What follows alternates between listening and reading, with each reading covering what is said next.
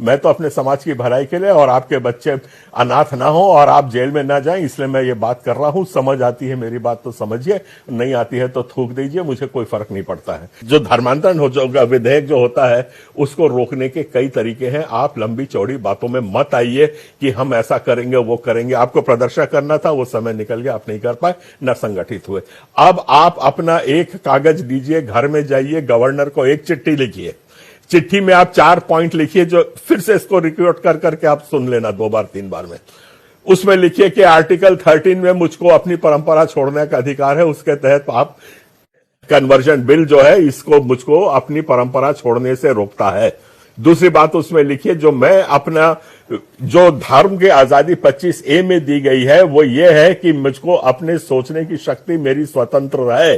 कोई भी शासन मुझको ये नहीं बोल सकता कि आप इस तरीके से सोचेंगे कि उस तरीके से सोचेंगे। ये हमारी आजादी 25 में है।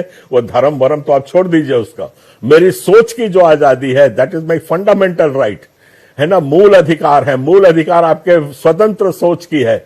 आप उसमें लिखिए कि मेरी स्वतंत्र सोच के ऊपर कोई सी शासन का अतिक्रमण नहीं हो सकता है। ये आप दूसरी पॉइंट में लिखिए उसमें। और उसके बाद आप लिखिए, आप जितने भी ये कानून बना रहे हैं ये एक टेढ़ा कानून है, बगैर सोचे समझे, बगैर इनपुट्स को लिए आप लोगों ने कानून बनाया है। इसलिए गवर्नर को बोलिए कि आप इस पे हस्ताक्षर मत करिए, ये आवेदन करिए। महत्वपूर्ण बात यह है कि जो धर्मांतरण करने का अधिकार आज सिर्फ कलेक्टर के पास है, किसी भी पादरी का पास धर्मांतरण करने का अधिकार नहीं है।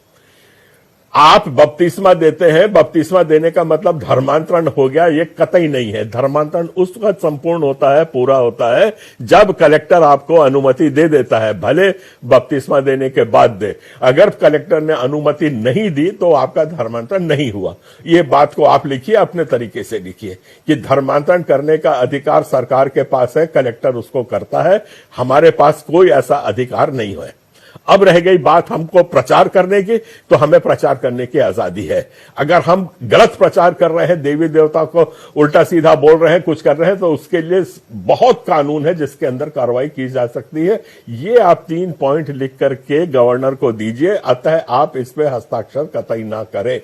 आप इतना करेंगे और आपके 5-10 हजार अगर एप्लीकेशंस वहां पहुंच जाएंगी तो आप आज जिंदा रह सकोगे, आपका विश्वास जिंदा रहेगा, आपके बच्चे जिंदा रहेंगे। और नहीं करना है तो आप बिल्कुल खूब लड़िए आपस में, मुझे कुछ नहीं कहना।